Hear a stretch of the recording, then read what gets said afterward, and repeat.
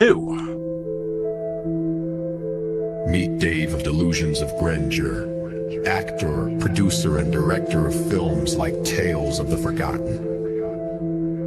He has come to assemble a team of freaks, geeks, and even worse, film nerds, to discuss films ranging from mainstream to downright crazy. There is Tammy car enthusiast and Dave's fiance, Dustin reptile expert and overall horror collector, Jake environmentalist and fine art film critic, and finally Brandon, a therapist with a love of film that can only be seen as insanity. Together under Dave's leadership, they are inside movies galore. Enjoy the show.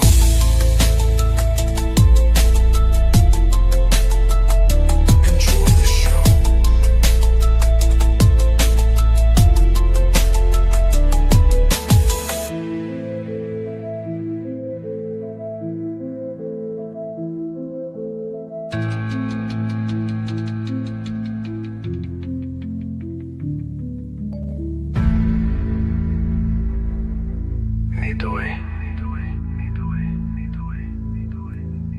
To heal. Alrighty, hello ladies and gentlemen, and welcome back to another exciting film journey here on Delusions of Grandeur. I am your host, or one of them, as it were. But we've been on hiatus for a couple of weeks because some of us had some book fairs to go to, and some of us had some technical difficulties. So we are back on with a film swap with a movie that was brought forward by my fiance. Since it's her turn technically next, we already had a film lined up to as a back burner. So, Tammy, why don't you tell us about that particular film that we were subjected to? It's the 1988 remake of the Blob. And this remake was directed by Chuck Russell. Let me bring up the IMDb real quick.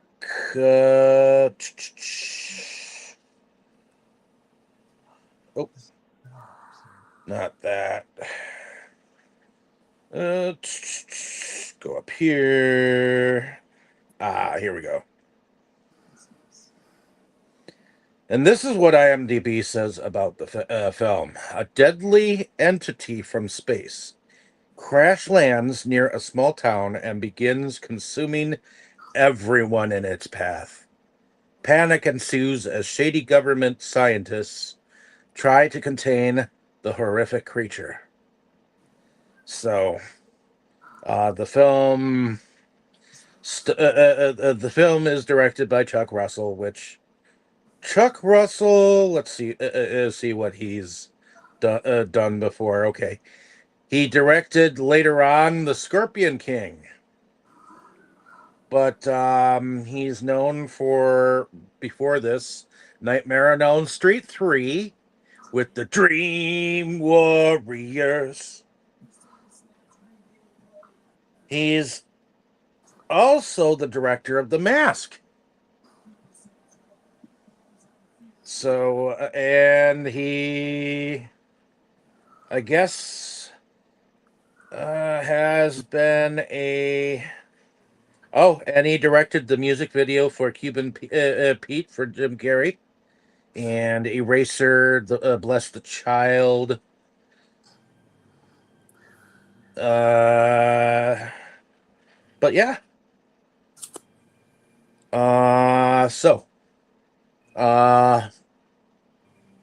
Let's see, and let's go backwards to see who stars in this.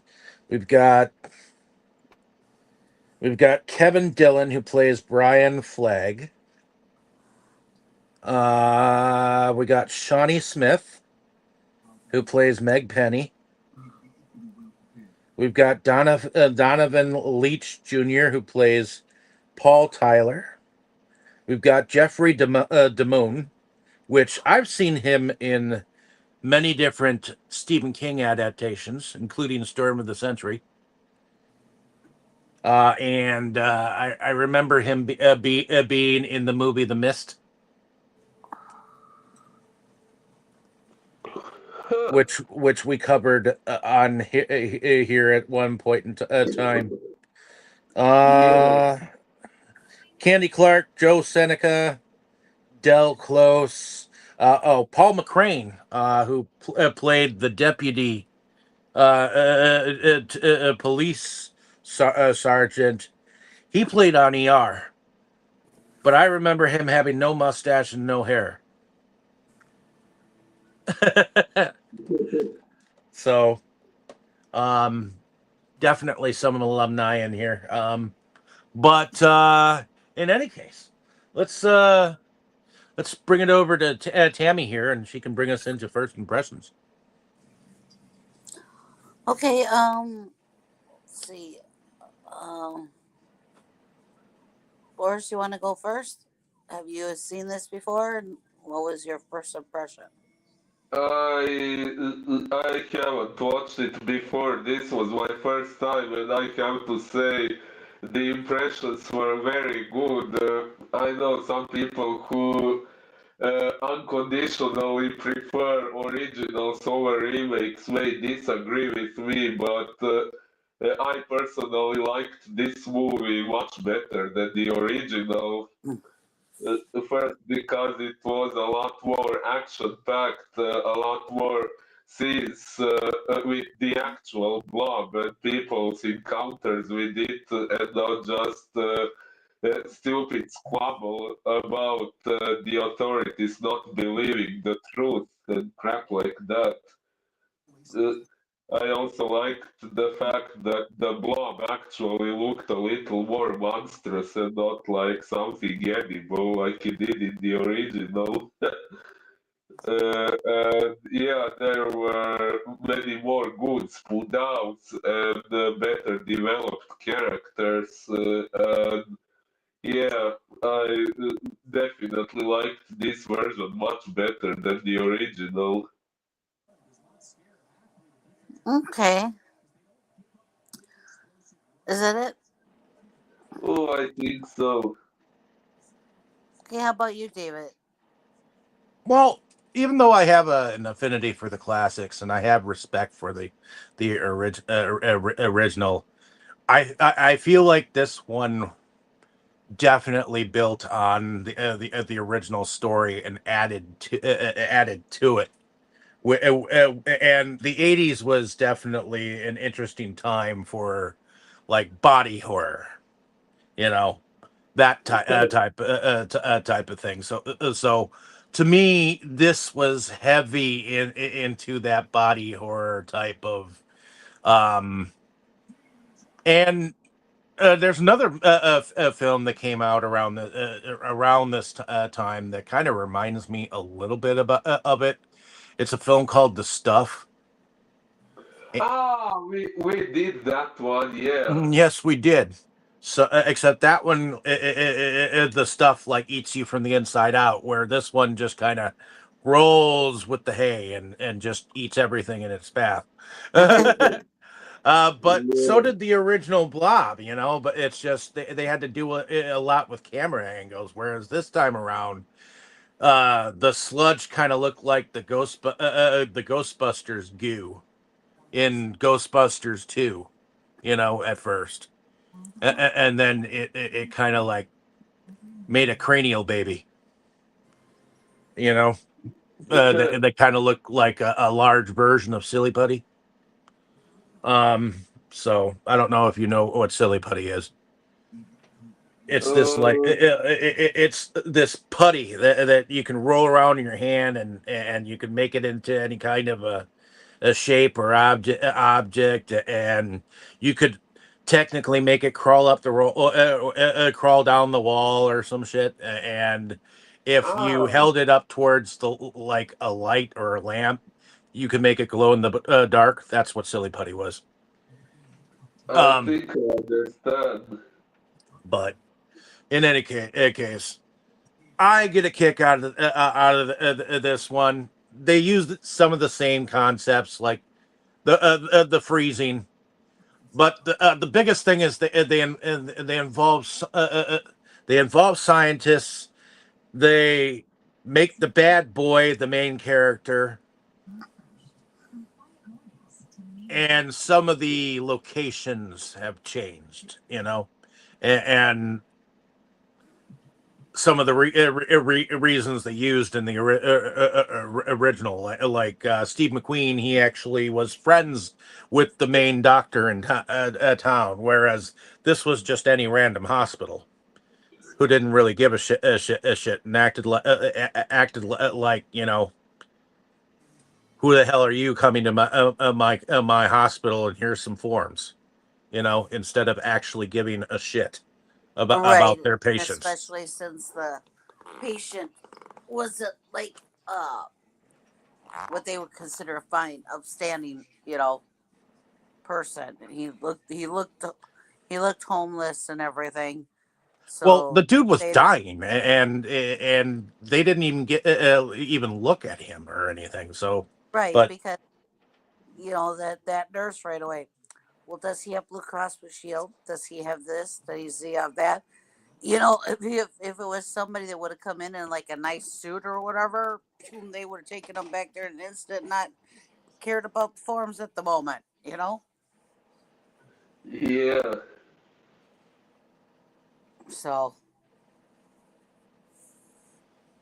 yeah, at the end of the day, I enjoy this one, and I think this one actually added to the legend of the Blob, and definitely it has a cult standing too. A lot of people seem to generally like this film.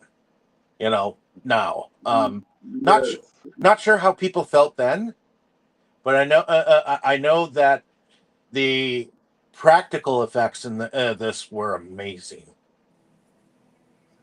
I mean, I couldn't tell whether the blob looked like a tongue or a tentacle or a penis. Oh yeah. It definitely changed shapes at random. So I like that fact about it.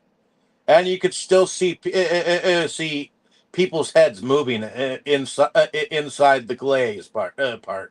So Yeah. it made the humans look edible.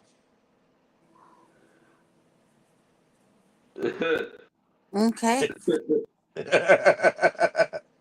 Sorry. Um, And but I what like about you, movies. Tammy?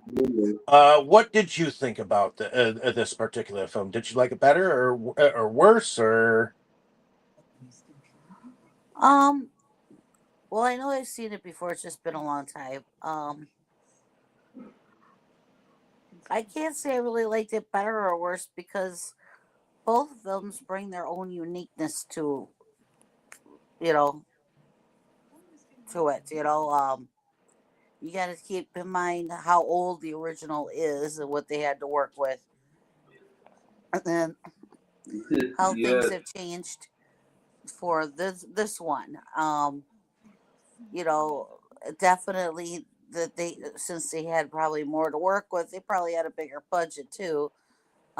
But the differences definitely did. It made it um, more interesting and everything. Little the twist in the plot, which we will get to. Also, um, was unique to this one. I did like that.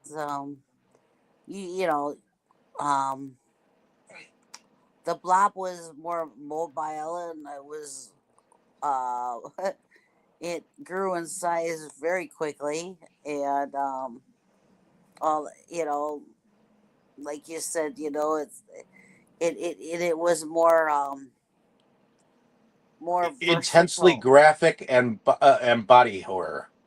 Well, And it one thing was I more. mentioned earlier to you was they killed a kid on screen. Oh yeah, I was surprised by that. And it was which is more one of the number one things that they didn't tend to do. It was one thing that one line you didn't cross. You don't kill a kid on the screen. Well, it's still just a movie. well. It didn't show him totally getting killed. It just showed him, Well, it showed it more than normal, you know. but the blob itself was more versatile too. In here, where it could have strands of things coming out of it. It could move in more directions, and it could be only this big, like an appendage could move. Things like that. They even showed even smaller things, like when the cheerleader was going down the sewer, and the when it was dripping itself down, it was sizzling her hair. Right. You know, Yes. I mean, you could definitely tell that this thing was more or had more of a killer instinct, and they had the other element where this was an experiment gone wrong, enacted and facilitated by the government that got out of control. They Well, that's why I admitted it. said that's the plot twist on this thing. This really it is not an actual foreign entity like the first one. It was a biochemical germ warfare weapon that was created by the government. They got It's out of just hand. it got out of control, Right. and That's the big. everyone was then expendable after that. That's why it said, that's like kind of the little bit of a plot twist on this, on this one. Yeah, spoiler alert, ladies and gentlemen. But yeah, I did. I liked it that there was more things going in this and everything, and got to see the um the blob itself a little bit more and everything. So yeah, Yeah, and the I didn't Blob mind also watching it. I had, didn't mind watching it again. yeah, it also had more creative methods of killing than in the original. Well, yeah, it could drip. It could extend tentacles from the ceiling in this great multiple mass on the ceiling and stuff, instead of just being this tidal wave going after people. Yeah, It was a molting, gooey mess of a jelly looking blob of a thing. oh Uh, yeah, did you notice at the beginning the kids are eating some red jelly? I think it was it like was Jello. something. What? It was Jello. Yeah. I think that was a subtle nod to the original, maybe. Maybe could have been. But Tammy, were you finished with your first impressions, or Yeah. okay? Why don't you bring us into the plot? I think it starts with a football game, doesn't it? Yeah. It's basically the football. Well, yeah, the football game was. I was. That's right. There was a few things that go on before it arrives at Earth. Yeah. But yeah, there's a football game, and you can tell that the one guy really likes the cheerleader, and his buddy's egging him on to ask her out, and yep, there's a big play, and he ends up basically landing at her feet, and then asks her, "Are you busy later?" Yeah, he gets tackled, uh, and in his tacklement, he lucidly asks her if she's got plans later. But yeah, then you kind of get to see um, there's the football players go to the pharmacy and are hanging out and um decides he's gonna get um Well, his friend decides he's going to get some condoms, and he yeah. basically bums a $5 note to go and pay for these, and he runs into the local priest who I guess is asking him, "I haven't seen you at prayer sigil this week or some shit," and the guy at the counter was like, "Do you want regular or ribbed?" Right, and he plays it off that he's getting them for his friend, which is we find out later that his friend is the one that asked the girl out, and that happens to be the girl's father, the pharmacist. Yep. And that guy, I don't know his name right off hand as an actor, but he eventually plays the Tooth Fairy in the Santa Claus 2, who wants to call himself the Mullinator instead. But oh wait, no, yeah, I think so. Except I think it was in the Tooth Fairy with Dwayne Johnson instead of the Santa Claus.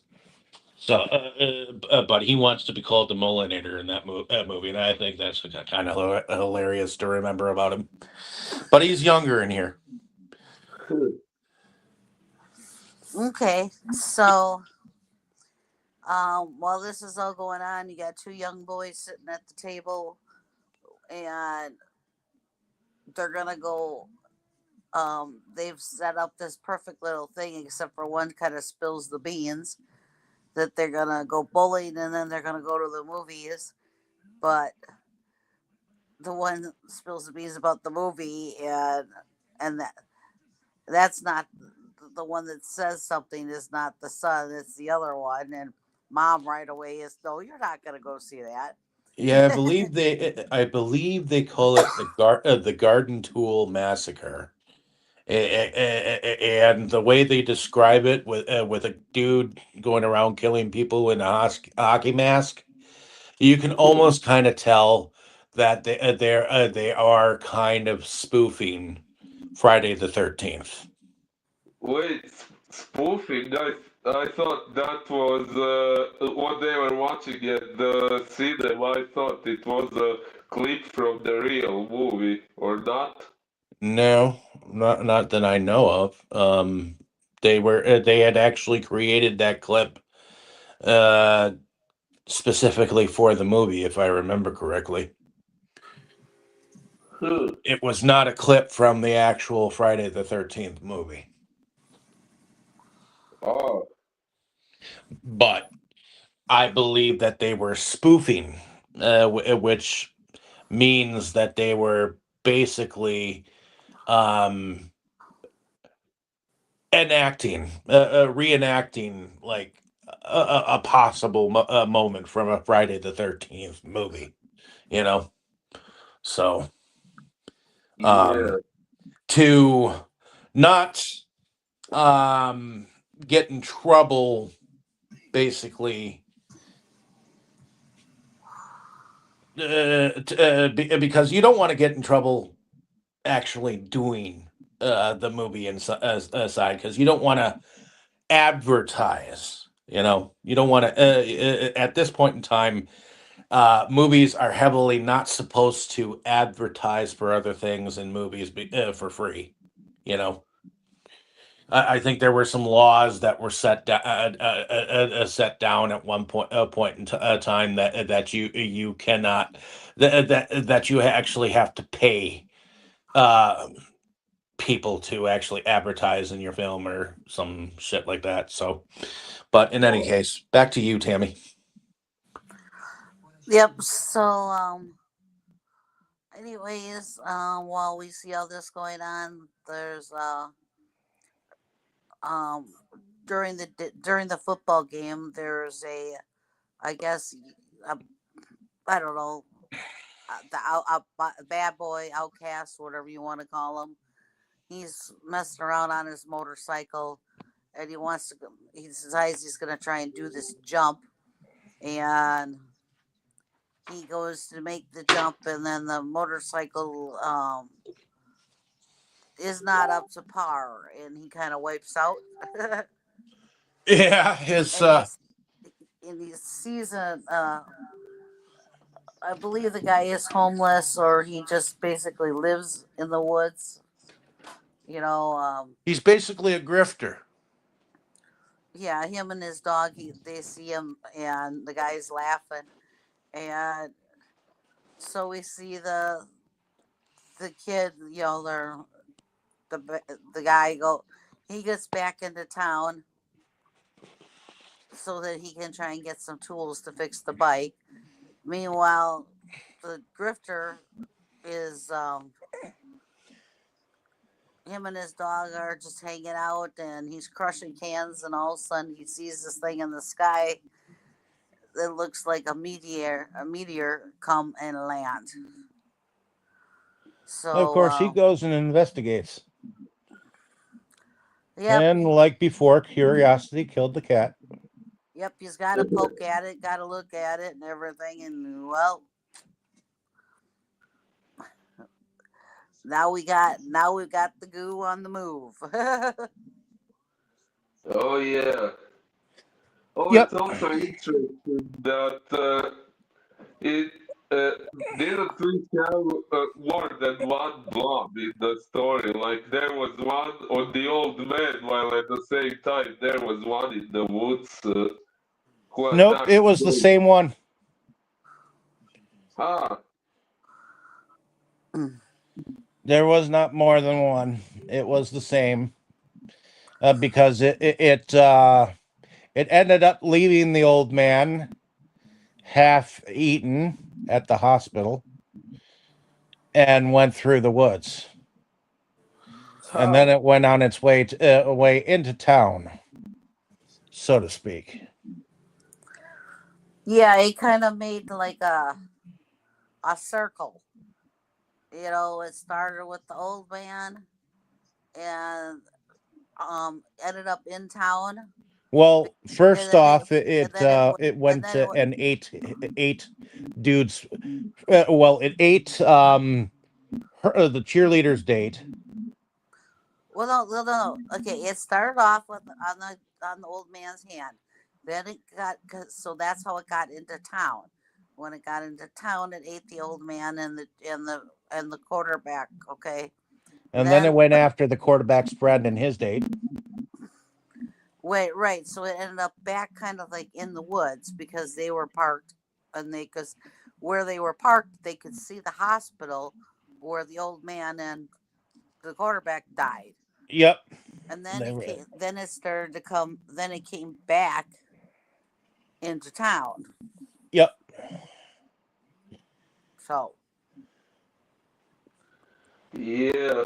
And as we know, he was trying to get his date drunk, and he found out real quick that you don't stick your hand down a woman's blouse. Oh, that was a major spoon out. boy, did he have I quite a must setup say, in that trunk, hey? Yeah, he had uh, quite the setup in that trunk. I must say that scene actually surprised me a bit because when he was talking to her and she wasn't responding, I did think something was wrong, but I didn't think she had already gotten attacked by the blob because she still didn't look as if she had gotten in touch with the blob. But then, surprise! Yep. And that's why it kind of reminds me of the stuff because their eyes get like real white as if they're getting eaten up by on the inside Whereas the quarterback, well, it swallowed his asshole, and he was melting in that moment. You know. Yes. But yeah, but anyways, um, once the quarterback is dead, and um, the girl that was his date, gets she goes home with her parents, and then she sneaks out because when this all started, the bad boy was trying to catch the old man because there was something wrong with him, and they all encountered each other out on the road. So they all went back into town to take the old man to the doctor. And then when everything went down, she, they thought that the bad boy, I can't remember his name now. Brian, Huh? are you talking about Brian? Yeah, I think we are. What was his name? Brian. Brian. So the cheerleader she sneaks out of the house to go and try and get him out of jail, but he's already been released. So she could tell him what had transpired after he was gone from the hospital. And he doesn't want to listen, and so they go to this cafe, and she's trying to explain everything to him, and he's just, as she puts it, just like everybody else. Nobody wants to believe her as to what happened there until things shit hits the fan at the cafe. There seems to be a clog in the sink, and the guy in the back decides he's going to help out and try and get it unclogged. And yeah, that was quite a spinow. A whole Oh man, yeah, Major Spudal. a whole man going down the Yeah. going down the pipes of a sink, man. Oh yeah. Oh yeah, that definitely was a spoon owl. And we do have to mention that the sheriff, um, and that's the played by Damoon. At least the sheriff, he has it in for that bad boy. Um, because evidently his birthday is the bad boy's birthday is coming up, and he notices him in town. But the sheriff also has his eye on Dayton, the head waitress at that cafe, and he's supposed to evidently see her after 11 because she kind of like flirtatiously gave him the time that she was going to be off. But as we know, shit hits the fan and he gets busy. But apparently, he's supposed to be on his way to the cafe at the point in time when they call. And it just so happens while she's outside trying to phone the police inside that telephone booth, the Blob ends up like crushing her inside of that thing. But before it crushes her, if you actually saw, the body of the sheriff was actually rolling up inside the goo. You could actually see the badge. Yep. Yes, So yes, I saw he showed up. He showed up. that. So I guess you Oh could say them two met after 11. yeah. But yeah, But I the bet you they the didn't expect to be that sticky. so the bad boy and the girl realize they they go looking for the other sheriff's deputy, and that's when they encounter what's that's when they basically find out what's really going on, because they encounter all these men in protective gear, and they got guns, Hazmat suits, basically. hazmat suits. Yep, and In fact, fairly similar suits that you see on the people who are in ET. You know. Whew, yeah. so yep, that's when things start coming to light that this is not um And it's it's all not partially outer space. headed, and it's all partially headed by this dude by the name of Meadows. Oh yeah, I must say the whole thing about the government being behind what happened with the Blob, honestly, it feels like they predicted the COVID situation. Oh well, I know movies that are much more closer to the COVID situation than this. Okay, I can believe that. But that being said, yeah, Meadows heads it up, and he's very much aware of the situation. Uh, but it's because our main bad boy kind of gets away from everything. He's able to eavesdrop on some very particular conversations. Conversations being that it was in fact the government that was behind this whole thing, and they were sent there to contain it. And that means quarantine the town and not tell them anything about what's really happening. And basically, he finds out that anyone and everyone is expendable, at least until they get the situation clean. He did say something like that. I'll try to find what exactly he said.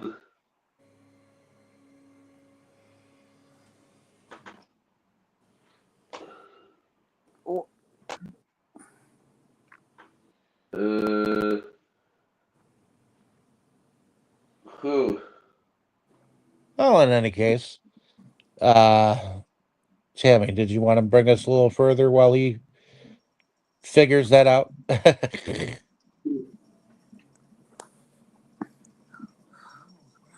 Well,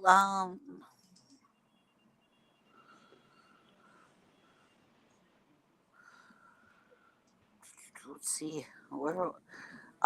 Okay, yeah. Then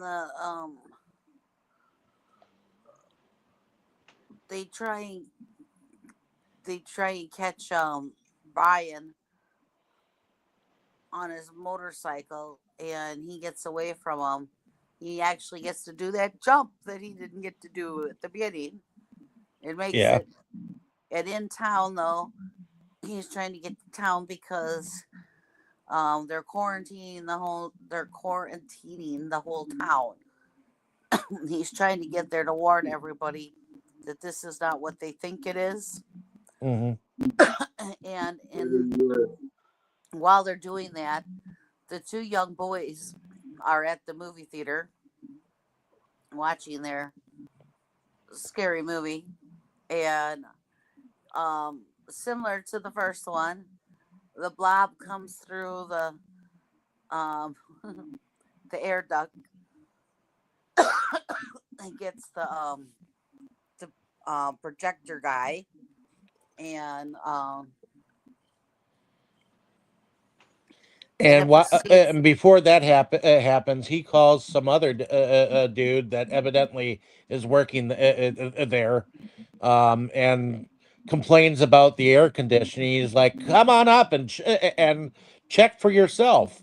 So after he gets snuffed out, dude comes up, and little does he know the darn blob is like hanging above him on the ceiling, plastered to it, and you see him getting wrapped around with the tentacles of the fucking thing, and he screams his head off. Pudow.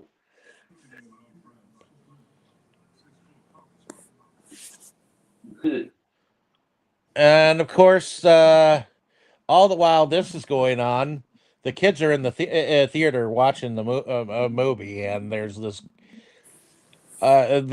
guy, and I hate it when there are people like this in the theater. If they're sitting in front of you, or like several seats ahead of you, and they're completely telling you all the scenes loudly like that. Oh God, I was hoping he was going to die right away. There should be no one doing that during when someone else is watching a movie. I'm sorry. That is like one of the number one pet peeves of me in a theater.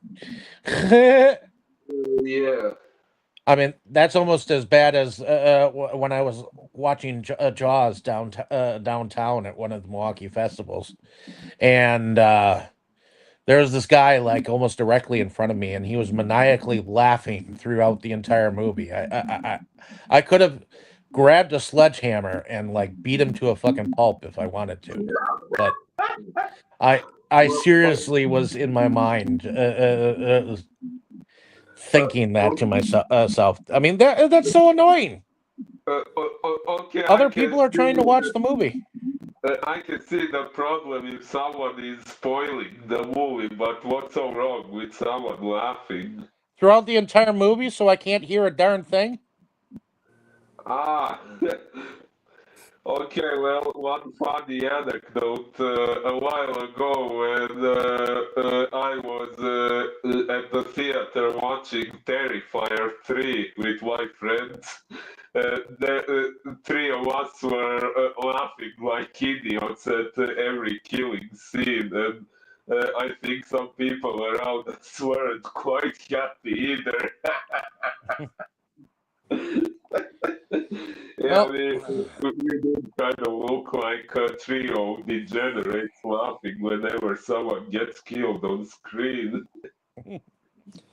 I can understand a little bit of laughing, but when you vibrate the entire theater with your laughter, and you can barely hear even the music. I mean, the music is so iconic in Jaws. I could barely hear the music with this guy. The way he was laughing. I'm Well, sorry, it was over just a here, bad experience. the sound in theaters is loud enough. You cannot easily outvoice it with just This human guy, voices. this guy outvoiced it. Ouch. And there were a lot of people who were like looking in his general direction, like they seriously wanted to harm him too. So Oh yeah, that also reminds me when I was watching The Northman with my friends, and there was this one moment. I don't remember the details, but I think there was some sort of massacre, and when someone found the dead bodies, they referred to those who did it as Christian pigs, and I burst into laughter. And that phrase, as someone near us threw at me, what the fuck is funny?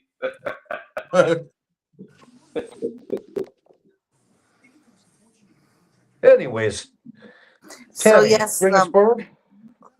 um the cheerleader meets up with her parents and um decides that you know they don't know where her brother is, and because the parents for the other boy come up and say, well, he said this, and then the parents say, well, yours said this, so they realize the boys tricked them.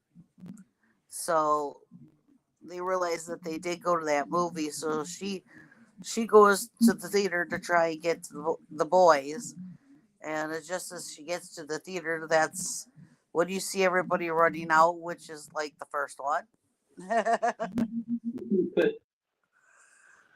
And she finally finds them, and they end up having to go into the sewer to get away from the blob. Well, first and foremost, I am glad that the dude who actually was talking through the movie actually got his first. So at least that was satisfying and gratifying to me. I wanted him to die. Wow. He deserved his death. Okay.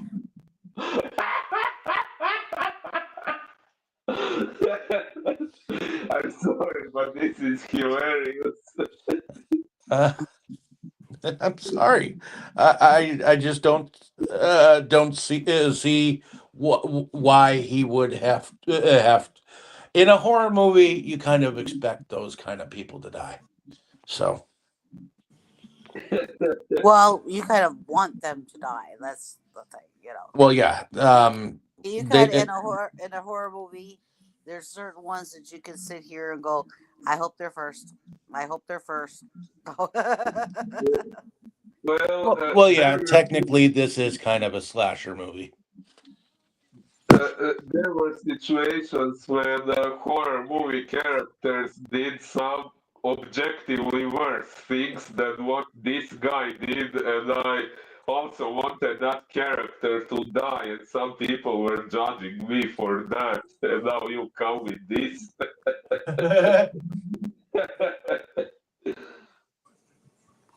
Well, it all depends on what the person is dying for and why. You know, I mean, if the person doesn't deserve it, then of course we're going to look at some of these deaths as, you know, um, why did that person die? Or like, if the first innocent person actually dies, I think that's wrong to me at times. I feel like the most idiotic person in the full fucking group should be the one that dies first.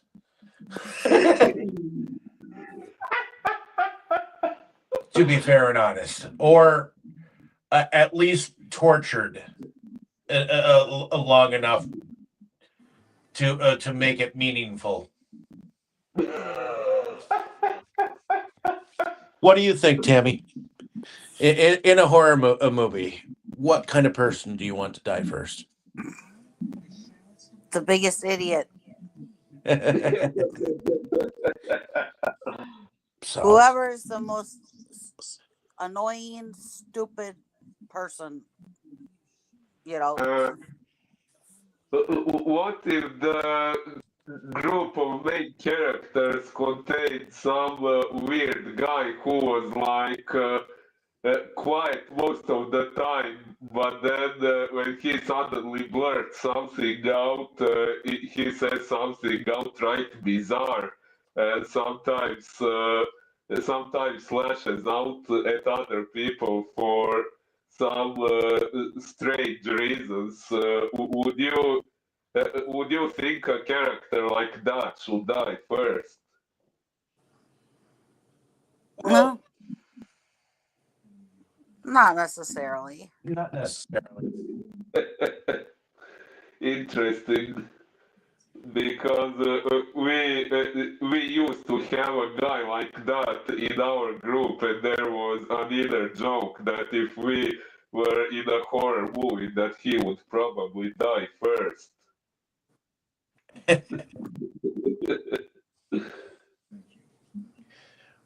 Well, in any case, let's move this on forward. I know we don't get a supermarket when it comes to the freezer, but I did want to say there was a little bit of a difference.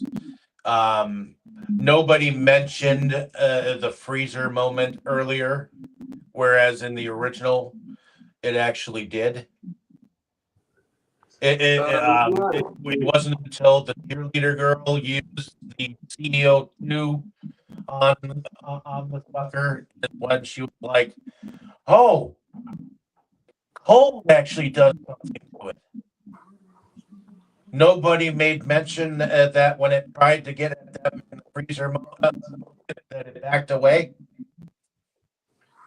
this Well, time when they were in around. the freeze, when they were in the cafe and they went in the freezer, yeah, when it tried to come under the door, Brian did say it doesn't like the cold.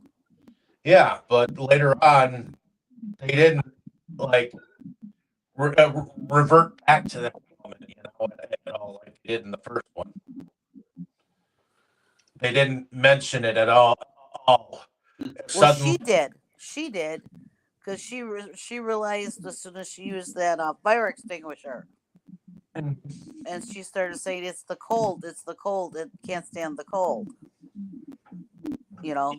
she didn't mention the freezer moment at all.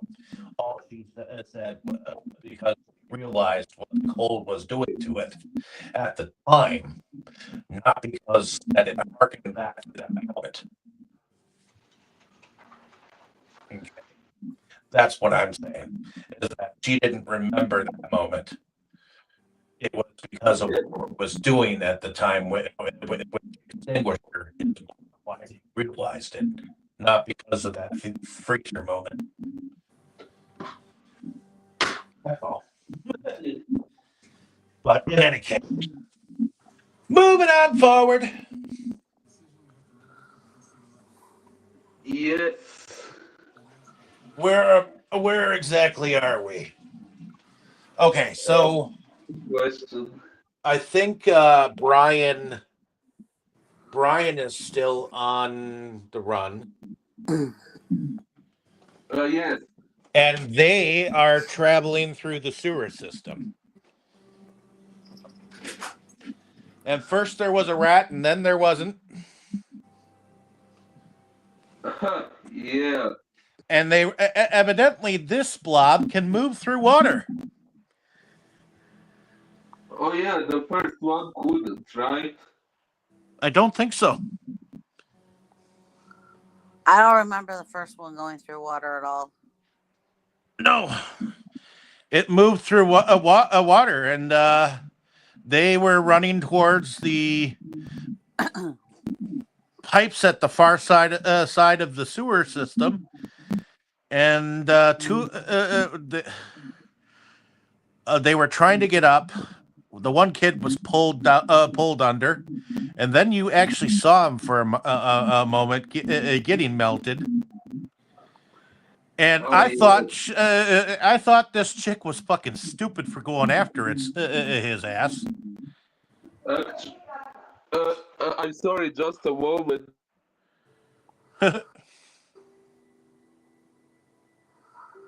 Well, I really did think the cheerleader chick was stupid for going after him. I understand saving people, but that was stupid. I Well, think she went after him because he was a kid, and not only a kid, but her brother's best friend. You know. Okay, but the in a blob. situation like that, you act on instinct, but then again, there is also survival instinct. So yeah, Yeah, that survival instinct would have been my first thing. I wouldn't have gone after the kid. The kid was gone. It was dead. actually, no, he wasn't dead. He was put down. Okay, I'm sorry. No, you're not, because you'll do it again. But anyways, Maybe. not just maybe you will. But anyways, Tammy, what happens next? Okay, I think the chick falls back into the water, right? Yeah, and that's when she Her meets back. brother escapes. Her brother escapes, so she meets back up with Brian. Well, yeah, Brian comes by in the nick of time and brings her up out of that chute area, which is very slippery, or looks like it's very slippery.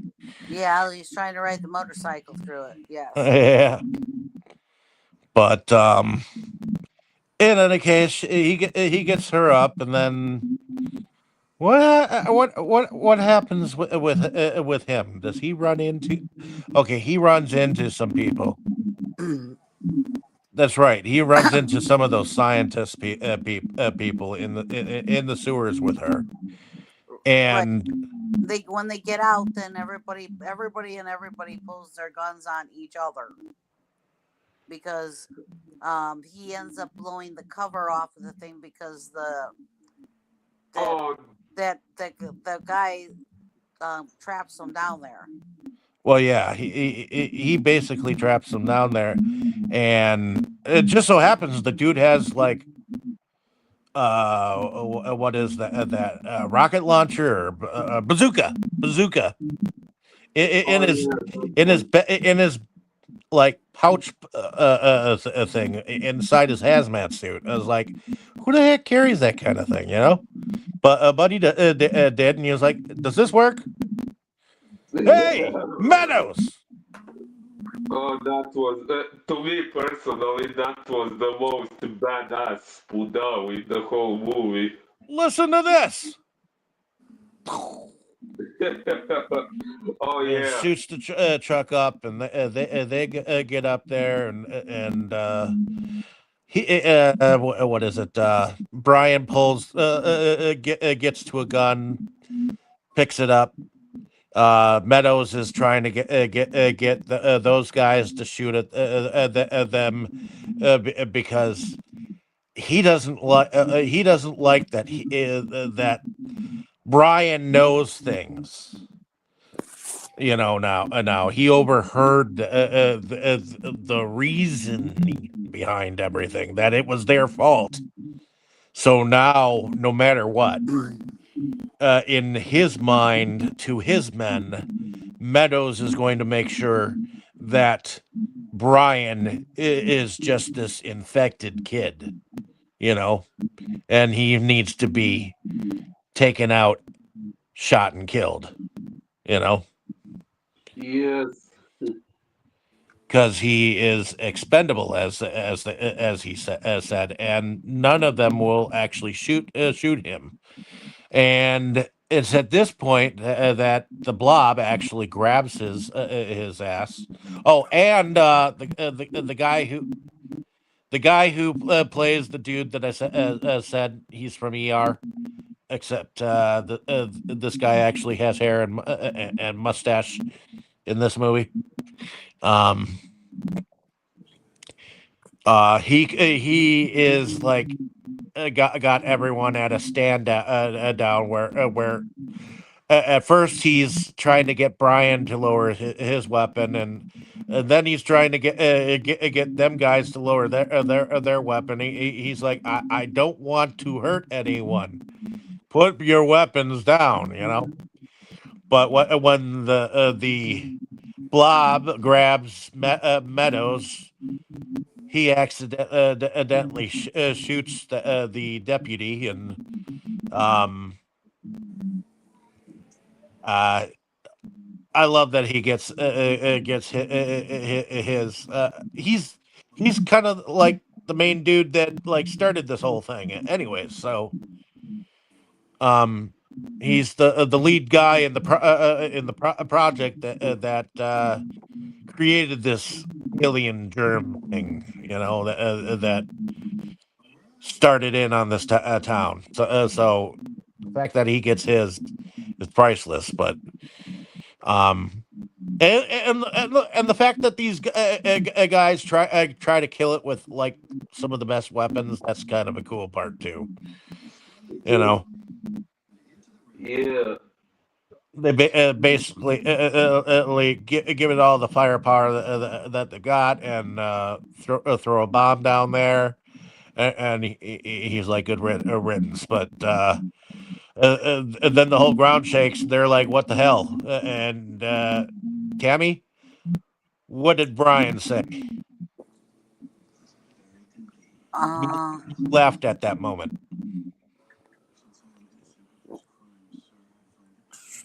He said, I think you pissed it off. Oh yeah. You don't say. uh, what gave you the first clue, huh? Right, Right. Captain Obvious. But in anyways, so Tammy, bring us out. Well,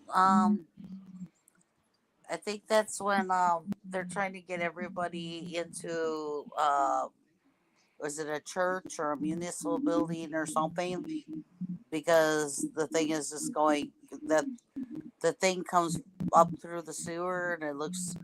What did you say it looked like, David? It looked like a penis at first.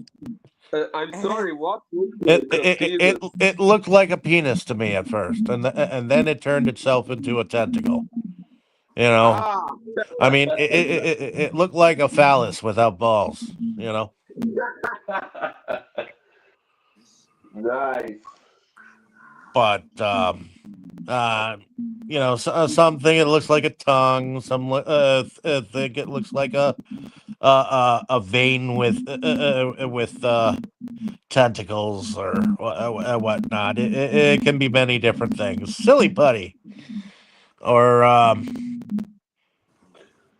the slimier Play-Doh. You know, it's just I don't know.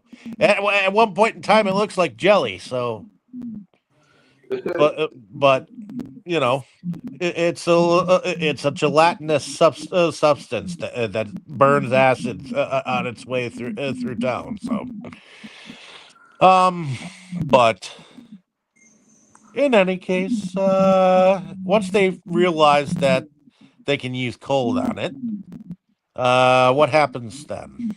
Brian goes to that shop that he knows the guy there because the guy works on all kinds of machines like snowmobiles and everything, and he had a snow making truck there. So he goes to get the truck um, to go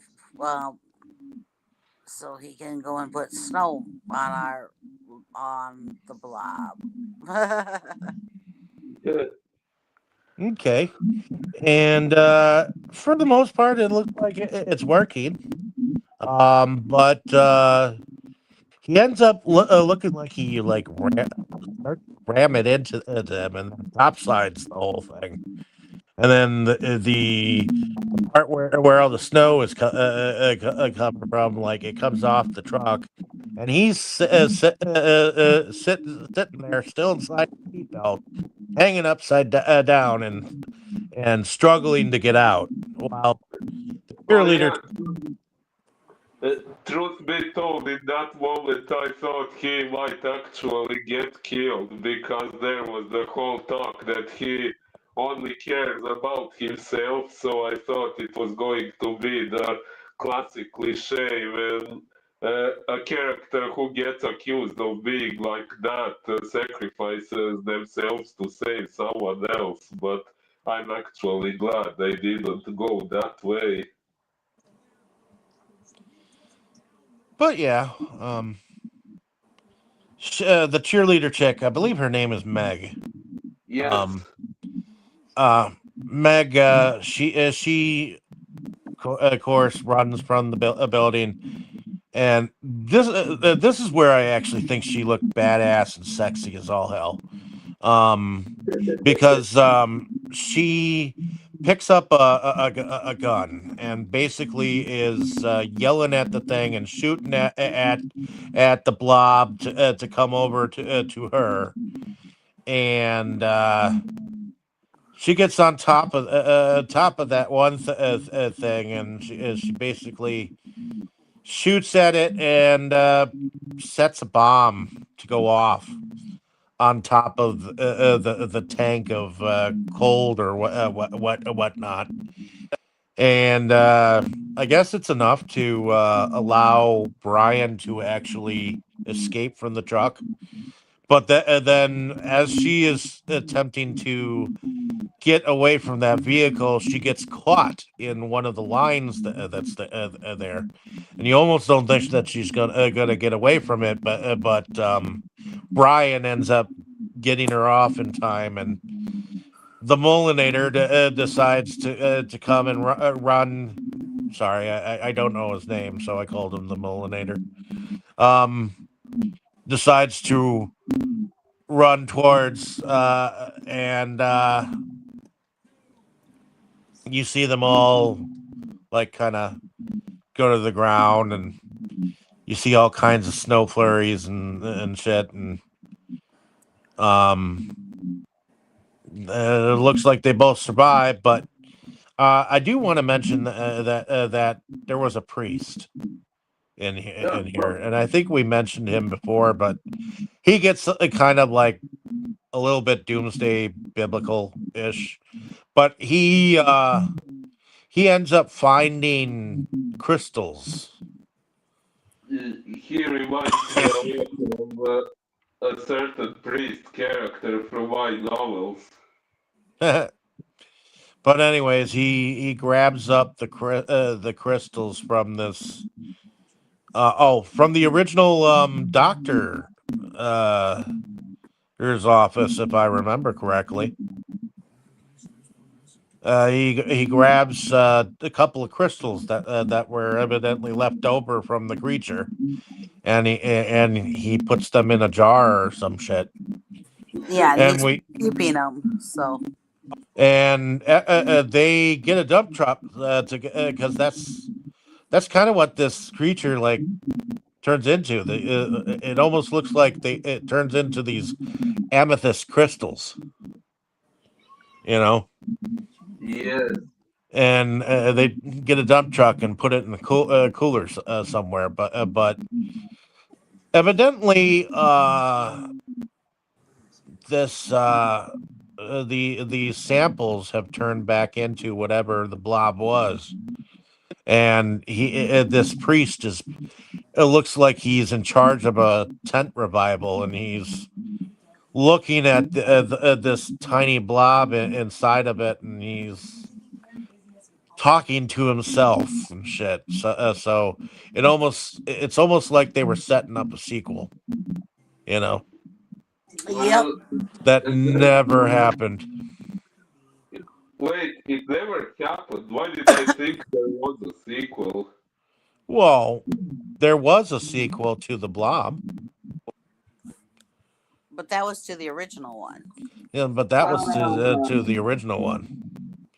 So it would have been interesting to see if they actually would have, along the same lines, made a sequel to this one, and I wonder how they would have done. To be fair and honest, but never happened. Didn't happen, but they set it up that there could be one. You know. Who knows? There could still be one. You know, Hollywood hasn't come up with that much like new material lately. They've actually been going backwards and remaking things and doing sequels how many years after the fact. So, you know, it could still happen. Yeah, it could. Who knows? Maybe they'll actually get the bright idea to actually listen to us fans at least once instead of doing their own crappy shit. But in any case, at the end of everything, and I think that we are at the end. What did y'all think about the production? Boris, why don't you give us? Oh, I think the production was quite good, especially for the time period. Yeah, there were parts where you could see the CGI and so on, but for the time when it was made, I'd say it was quite good. And all the effects and the blob beats someone, it's quite well done, I'd say. And all the spudouts, the explosions and stuff.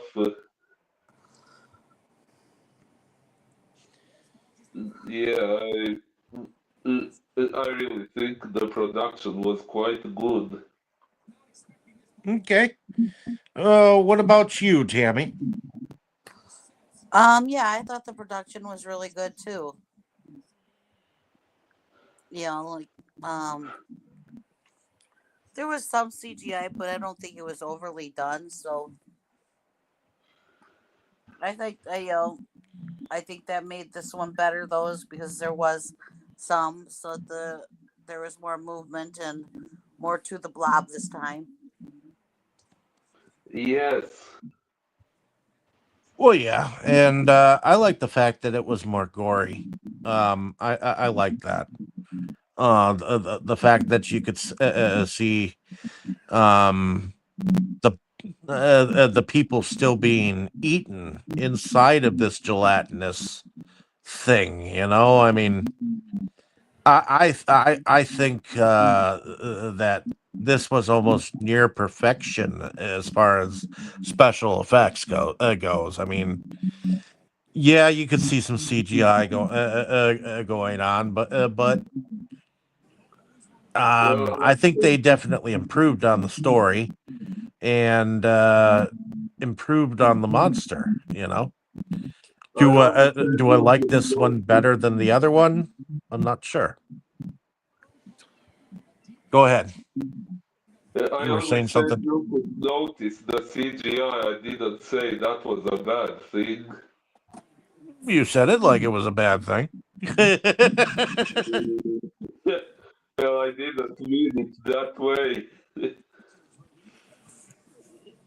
But in any case, but yeah, I happen to enjoy a lot of this film for many different reasons.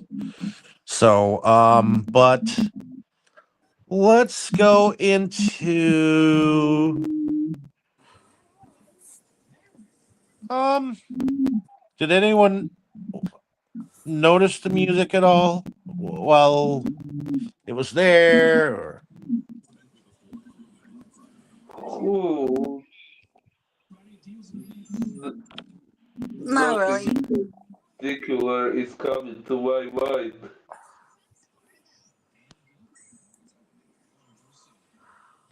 okay, let's see if I can't No. bring. I am. Up. Let's look up the.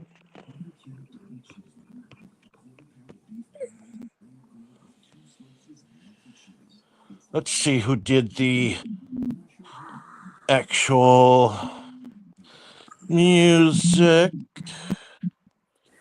after the cast. Producers, composer was Michael Hoenig,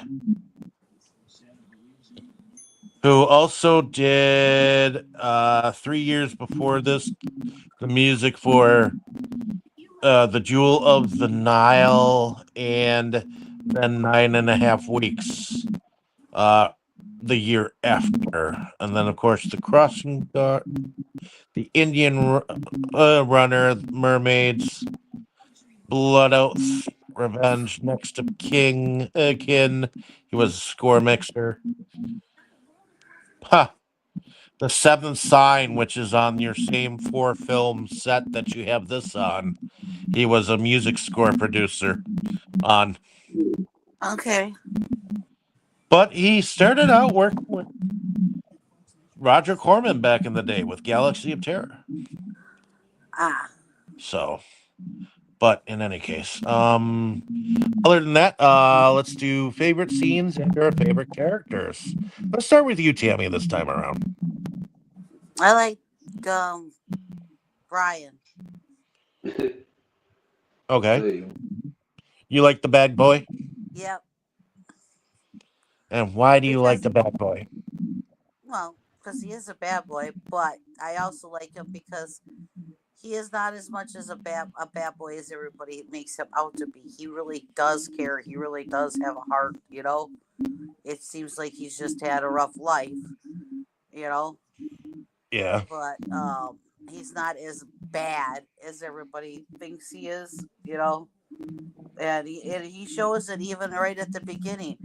he wasn't he was trying to get a hold of that older gentleman that ran off from him because there was something wrong with him, and even when they got to the hospital, he's like, um he didn't know the guy's name. He's like, "Oh," he goes, "Okay, old fella, they're gonna take care of he didn't have to stick around once they got to the hospital or whatever. You- So, you see that he is not as much of a bad boy as people make him out to be. Yeah. So, Mm-hmm. um,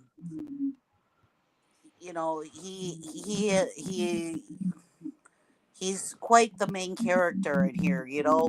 He's trying to show that these people, that these people, the government created this and trying to get people to listen, and trying to, he's trying to watch out for everybody, but,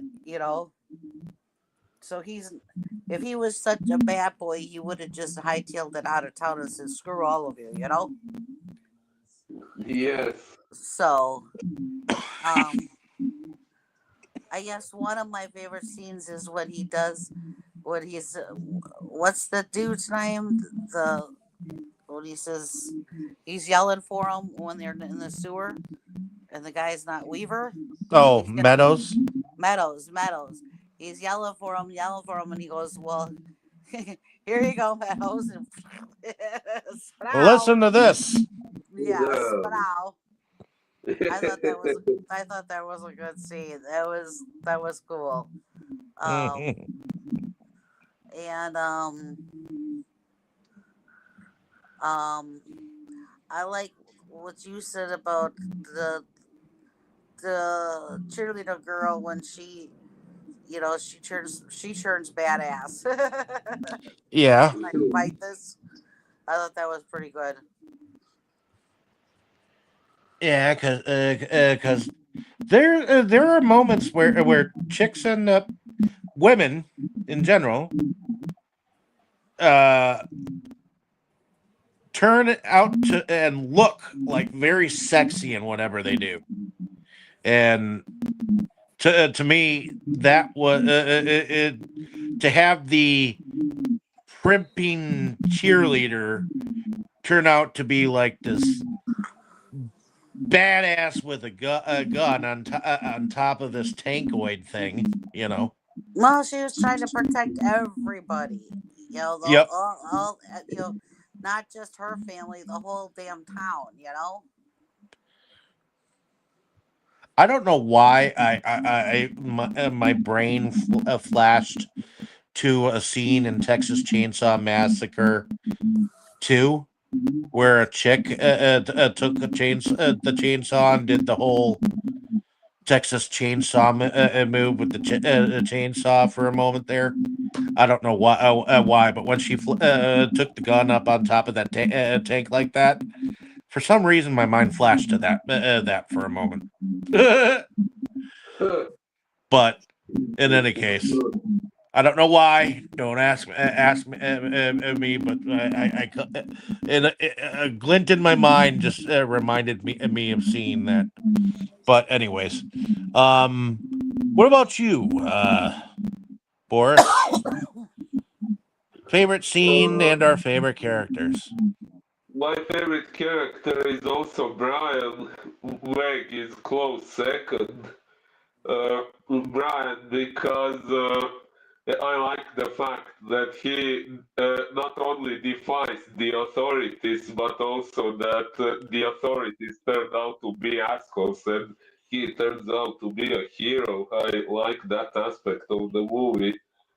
And I my favorite scene, although I do like the final blow up of the blob, but I also really liked that moment when Brian blew up the lead with the bazooka. And I especially liked it because when he shot at the lead, I expected just the lead to blow up. I didn't expect the van to blow up too, and that was, or a truck, what was it? Uh, so yeah, that was a bigger spoon down than I expected, and I really liked that.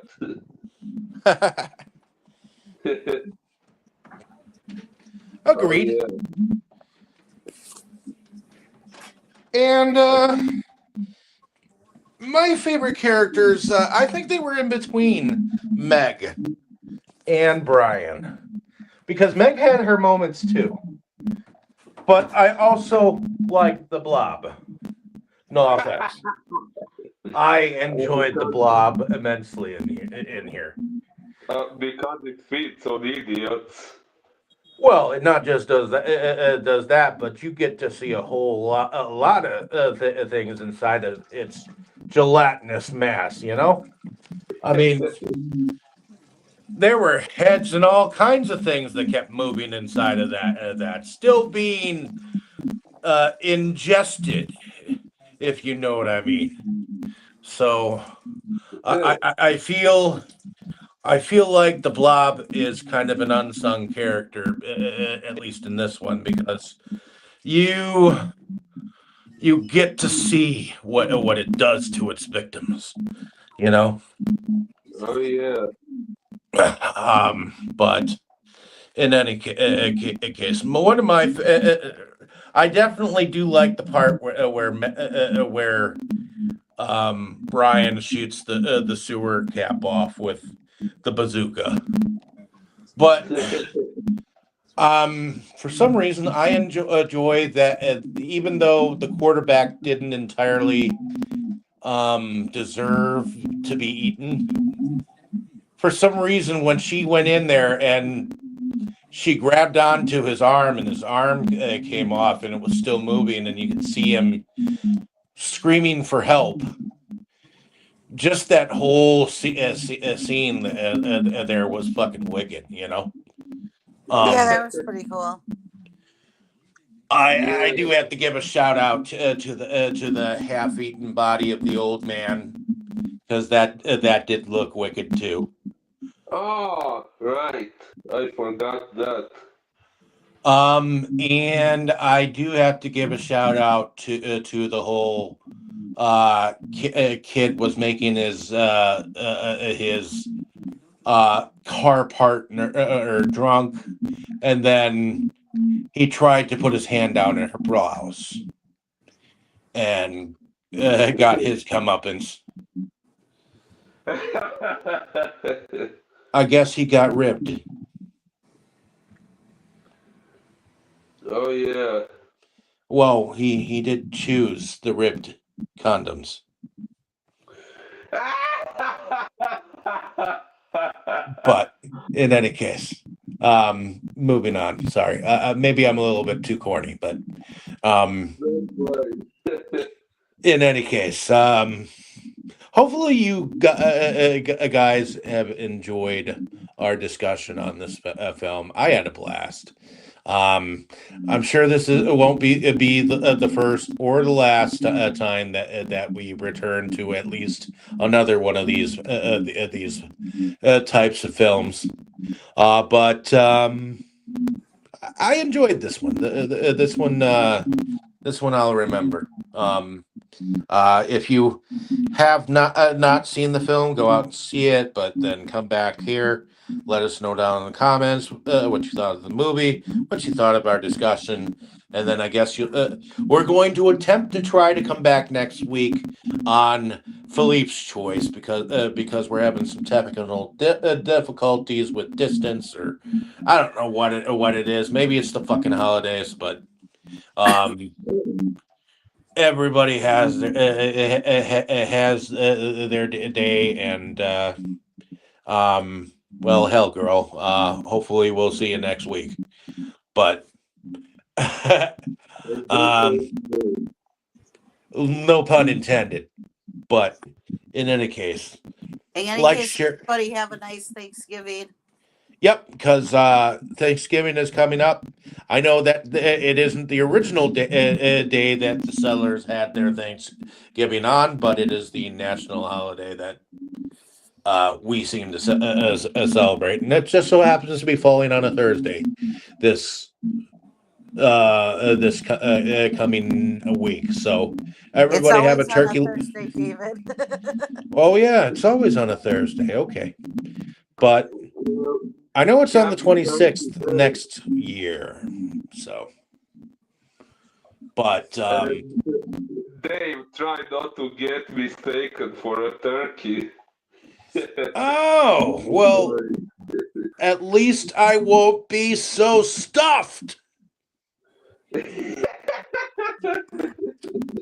But I'm sorry. don't make me take the stuffing out of you guys for that. Ha ha ha ha. But anyways, everybody have a turkey leg on us. Have a great day, evening, or morning, wherever you are. Say goodnight, everyone. Good night. Everyone. Inside movies galore, just makes you just want more. We've had all in the world of media to explore. Horror, anime, or Curious George. Our love of new things was our reward. It is the best night of our week. Frankly, my dear, I don't give a damn.